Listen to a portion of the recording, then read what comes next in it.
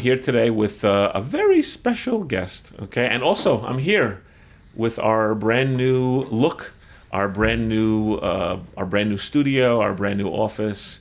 I'm here with actually someone who's more popular than me in certain circles, okay? He happens to be my youngest but largest son, okay? His name is Eyal Kindler, and I am really excited to be talking with him because even though he's only in 12th grade, we feel like he's a little bit wise beyond his years. Nah. Okay, fine. You can agree or disagree with me. I'm expecting you. That's fine. He's a 12th grader in TABC. He's going to yeshiva at Mevaseret Zion next year. Eyal is known in certain circles for his basketball prowess. Okay, I am proud of Eyal and his team, the TABC team. His team won the Sarachek tournament, and I'm sitting here not just with my son, but also with the tournament MVP. Okay. Thank you for having me. This is so. You're welcome, Eyal. I'm proud to be the son of the founder of the Jewish Link. Give the love. I'll take it. Yeah, go ahead. Yeah. I'm very proud to be in this family and to be raised by such amazing people. I appreciate that. I thought we weren't going to talk about the Jewish Link. I just said that you're the founder. I never talked about it. Okay. All right. Good. That's fine. So we're here. Kind of. My idea, Eyal, was for us. You grew up in Teaneck. I live in Teaneck. Our family's in Teaneck. Our family's in our I guess you call the non-Orthodox world. Even though I hate those labels, I kind of wanted to have a discussion with your father and his son, especially as you finish your high school career and head off to Israel. And I kind of want to have a discussion with you as a father to a son and a son to a father. In many ways, we are very different. Okay, I think I was raised in a very strong Jewish community. I was raised in Queens and Kew Garden Hills, which was a strong, growing community at the time. It still is a strong community. You were raised in Teaneck, New Jersey. You went to Yeshiva Noam. You're in TABC. Yet at the same time, I feel that you and I were raised in a different milieu, a different world. Okay, I was raised in a sense. I was raised in a community that, in a sense, still had many Shoah survivors, Holocaust survivors. I grew up in a community where there was a sense of still rebuilding from World War II. I don't think you have that sense. I don't think you feel that. You don't. I just don't think that you have that. And I wonder sometimes if that affects how you see the world. Our world is so strong. Our community is so strong, and I wonder sometimes if it affects the way you've been raised, and the truth is, I really, my question is the way I am as a father and as a parent, and you see our peers,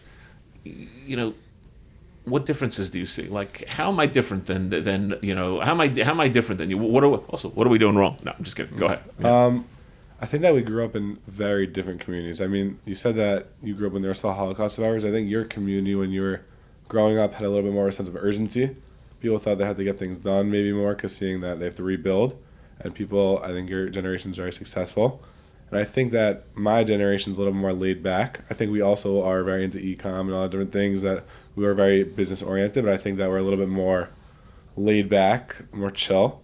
But I think that we grew up in very different time, like at certain different times for a lot, and it affects us in different ways. I think that nowadays, the Rebbeim in our communities, they focus on loving what you do and not necessarily doing it just to do it. I think you told me before that my Rebbeim were not the same. No, I did not. I did not have great Rebbeim. Yeah, so I think maybe it's not. Maybe I don't know if that's just you, but I think that now where went and where I'm growing up, I went to NC Kollel and I went to TBC. I have amazing Rebbeim, and I think that in their Rebbeim that I have, they try to instill within us a sense of ahava and not just doing things because it says it, and to actually love what you do. And I think that nowadays you'll find a lot of guys who are more into it, and that they actually want to do it a little bit. I want to interrupt you for a second. I was a good kid. I was a strong, achieving. I got good grades. I was always in the top of my class. I think I was a salutatorian of my middle school. Yet you could not have dragged me screaming, and most of my friends, to a program like NCSY Kollel. It doesn't mean we weren't happy to be Jewish. It's just for my chevra and a lot of other learning extra was not on the agenda. Okay, it just wasn't. And I look at your generation and I look at these programs like NCSY Cole, and I'm just amazed. It actually means that our rebbe and the teachers are doing something right. Okay, and by the way, I think my teachers were well-meaning. I think that maybe there was a little bit of and I like them, but there must have been a gap that I think is less today. There's a lot of back in the day when you were your rebbe, I think it was more of a sense of like, not as much of it was like a Rebbe Talmud, maybe like a Rav, like it was like a more respectable position, like maybe you couldn't really have a connection with him. Nowadays, a Rebbe, just to have a connection. Yeah, he teaches you Torah, and that's amazing, but at the end of the day, a high school kid, he's looking for a connection with a Rebbe, and that's really what it comes down to. If you're in high school and you have a Rebbe, the goal of that Rebbe really in high school, in my opinion, is to just have a connection with you and to instill within you good values, so that in your life it will help you grow and to keep growing throughout your life. Maybe it wasn't like that when you were... It's funny because maybe on certain levels it was, but I tell you something, we feared our rebbe. Yeah. We feared them. We respected them. Which is also a good thing. We didn't run to their houses for Purim Day. We just didn't. I don't know, I feel like you guys, we didn't hug, by the way, I cannot remember hugging a single rabbi until maybe post Smicha. Which, by the way, might be something that we lack also. We might actually lack the year aspect also. We sometimes we view them as rebbeim, but as friends almost, which is honestly not. What's the downside? The downside maybe is just losing the kavod to their rebbeim. I mean, at the same time, it's good to have a connection with them, but you still have to respect them and to walk up when they walk into the room, and you have to respect them, which I don't say we don't have it all, but I think that I see in my school that a lot of people just, the couple's not really there as much, and then we're very close to our rebbeim, but at the same time, like, you can't call them yo, and you can't. But it doesn't mean you don't listen to them. Like if they tell you to do something, you'll still listen to them. Doesn't mean you're going to disrespect them, in an area of halacha or discipline. No, of course not. But at the same time, a lot of people will be on their phones with their Rebbe speaking because they have such a good connection with him that the Rebbe doesn't care if you're on his phone with you when he's speaking. If I recall, I think that actually happened to you. It probably happened. It happens to me. It happens to everyone. I'm speaking for myself also. I think that it's a little bit looser now. I think that if back in the day you wouldn't dare be on your phone during class, maybe there was phone. I don't know. There weren't any phones back then. Okay, whatever. We were forced to listen to mini arcade. Okay, that's we didn't really bring the Nintendos to class, so that's funny. Yeah. That's interesting. But I think it's a very big upside to having these connections with their rebbe, and I think besides for the fact that maybe the respect aspect isn't there as much, I think that's not as big of a deal as it is to have a connection with the rebbe, even if it's a little loose. Yeah, I hear that. Can I just tell you something? So your older brother is learning in Shayashiv, okay? I hate this word with a passion. He is what's called a flipout, okay? I hate that word. I hate it. Obviously, we're proud of him. We love him. But our generation, we see a lot of kids who have flipped out, who they're wearing black and white. We're still from, but in a sense, your generation, your brother have picked it up a notch. Okay, yeah. They're doing more, and I know that you're heading on that same derech also. And I'm ready, and I respect you for it. My question is what is it? Where does that come from? That's not just about Rebbe Talmud relationship. That's a bigger thing. I don't know if this didn't happen back in your day also. Maybe it was less of a thing, but I think that I think very strongly that the reason a lot of people go to yeshiva, and what happens, they become more from, and they start to distance themselves a little more from their community, not in a disrespectful way, just more like they want to go live other places, and they want to wear black and white, and they want to send their kids to yeshivas that are more Torah-oriented, and not as much, every yeshiva is Torah-oriented, but a little more learning Torah and stuff like that. I think it's because what happens is when you go to yeshiva, a lot of people who necessarily weren't so from in high school nowadays, they get turned off. When they go to yeshiva, when they become more from, they see what their life was like when they grew up, and they think that they were not from. Even though they might have been from and they might have done things, they think like, when they're in yeshiva, that I think that when I was in high school, it was okay if I went to a party. When I was in high school, it was okay to do a lot of things that maybe necessarily aren't so okay. And I think that I think that what happens is that when you go to yeshiva and you come more from, you don't want to have those things in your life still. So what you do is you try to from, the word of from means that to you is to be not like that, because you didn't have a good connection with Hashem when you were doing stuff like that, and you weren't able to really grow so much in those areas. So why would you want your kids to grow up that way? And why would you want you to live in a community like that? I think what happens is that there's more, they get turned off. They get turned off from what they did in high school, and they think that when you have become religious, that means you also have to wear a hat. But I think there's nothing wrong with that. I don't necessarily think that it's a bad thing.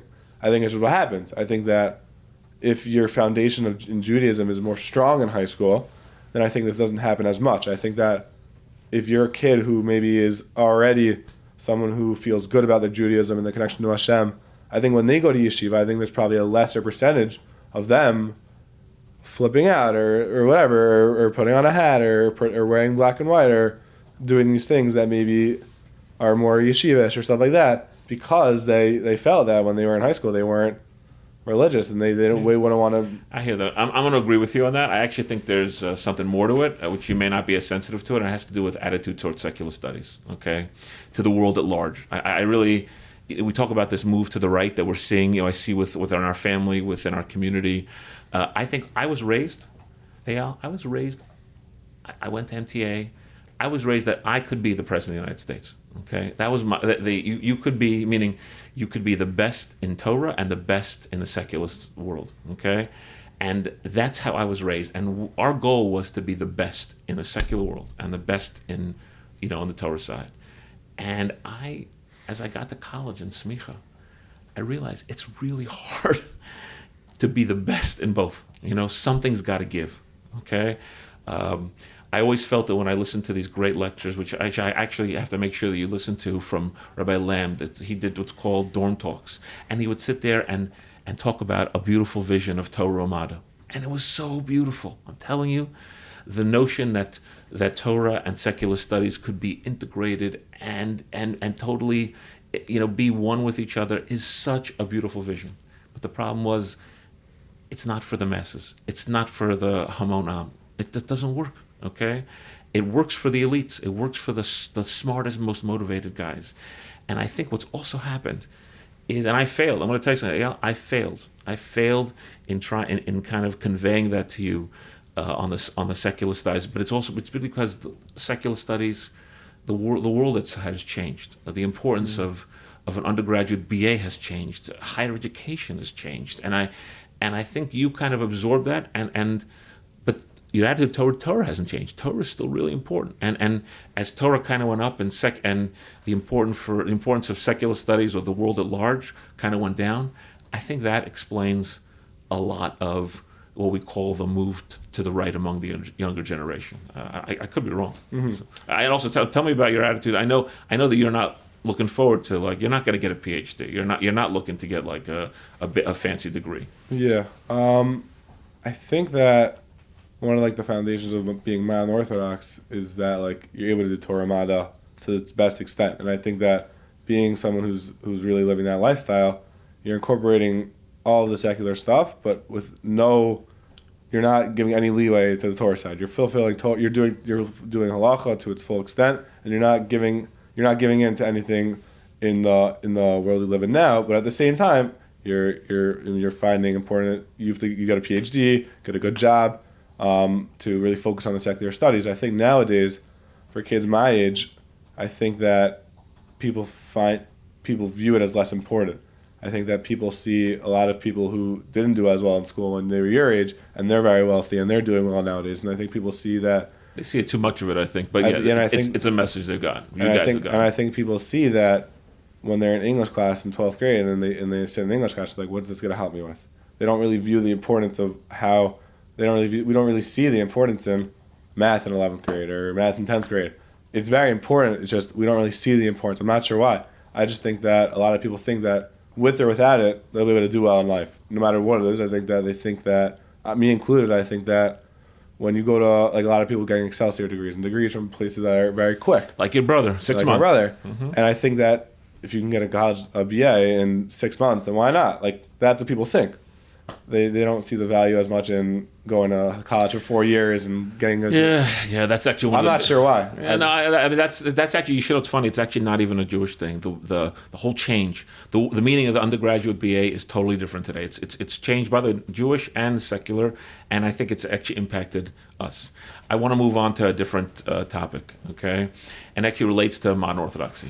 Eyal, it's basketball, okay. I'm a big basketball fan. I never played well, but I love. And by the way, I hate to say it, it embarrasses me that you were better than me when you were in 6th grade. That I couldn't even play with you in 6th grade. In my defense, you were bigger. You were just as big as me.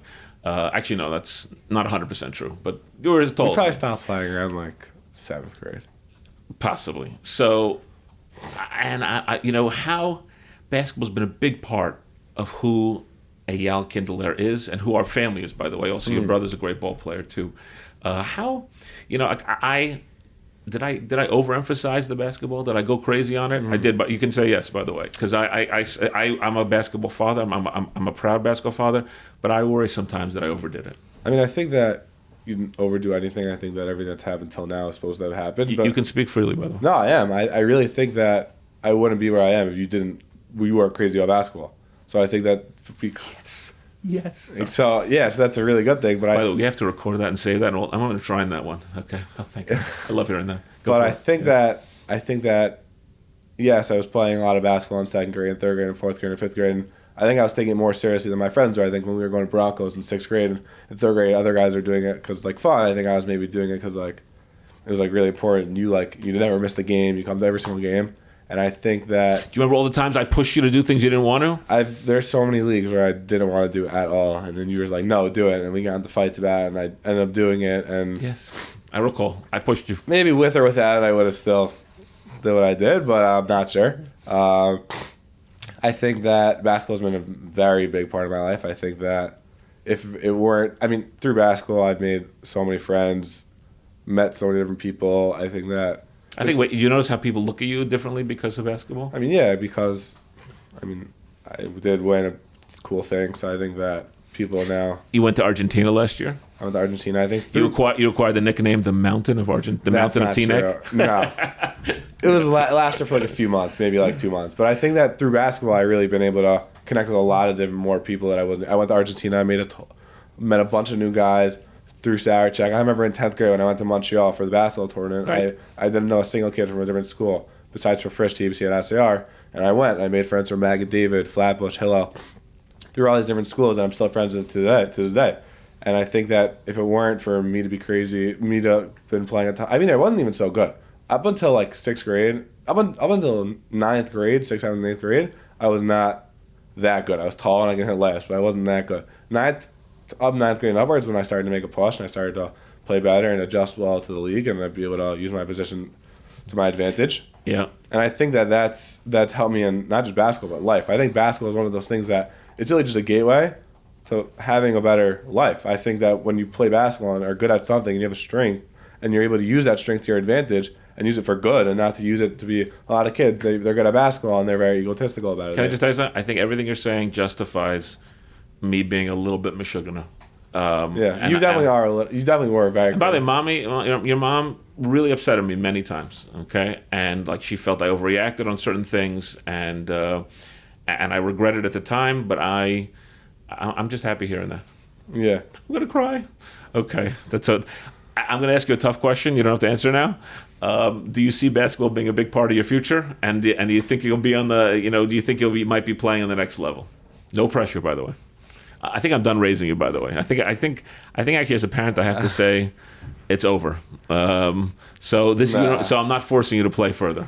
I'm really not sure. I mean, if I wanted to play at the next level, the next level being the YU team.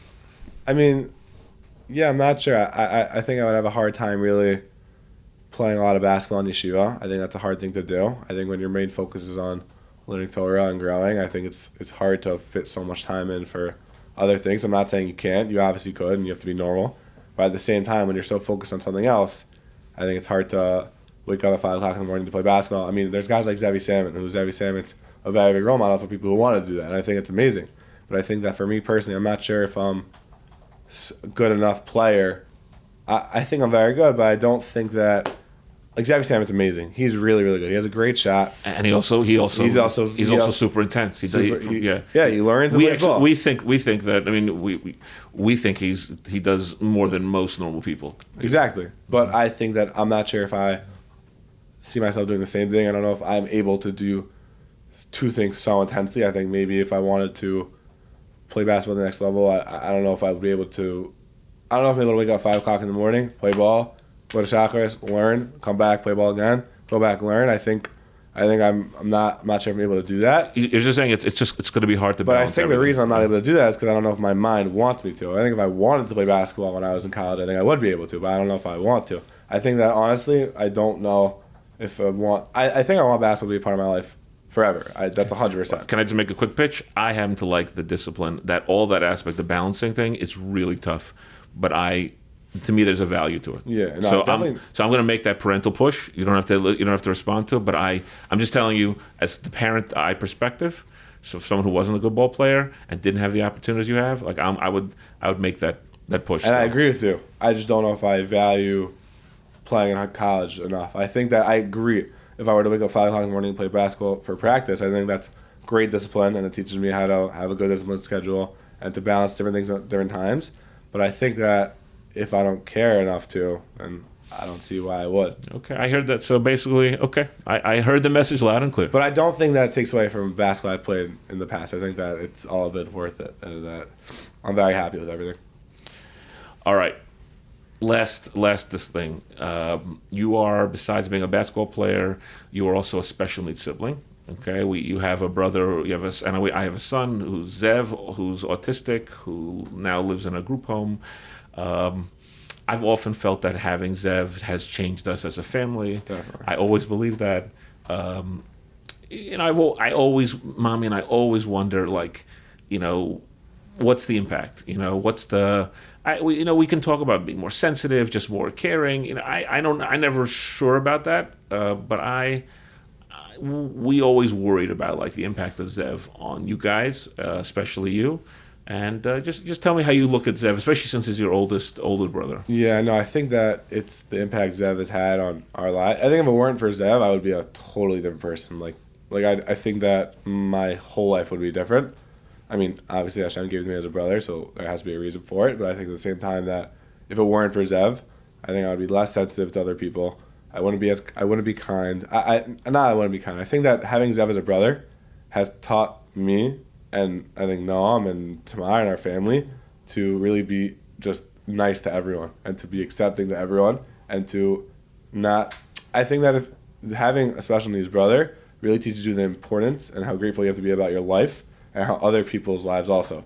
Because I think I see everything in a view of why would I ever be mean to someone who has it less fortunate than me? If I see my brother who needs so much help all the time, how could I now go out and make fun of someone who's like that? Or how can I not go and start a conversation with someone who's like that if all I want is for my brother, everyone to accept him, and I want everyone to love him? And whenever I see someone go up to Zev and say hi and not wait for him to start up, I get very happy because it's so amazing how other people are also being impacted by this. And I think that for me, having Zev as a brother has been something very fundamental in me and our family being able to be just as more sensitive to other people. I agree, and I can tell you that that's for sure. And I wonder sometimes what kind of person you'd be without having Zev, and I feel the same way. Not every brother has to watch their brother at 10 o'clock at night or you help their brother use the bathroom. It's not very common, so I think it definitely has an effect. Zev's going to miss you. We're going to miss you next year. I wish you only hatzlacha. Can't wait to visit you next year. Thank you. Thank you for having me. We love you, big guy. Love you too. Thanks for being with us on the Jewish Link Pitch Meeting podcast. If you would like to participate or be in touch with us in any way, please email us at editor@jewishlink.news and follow us and find our podcast wherever you find podcasts.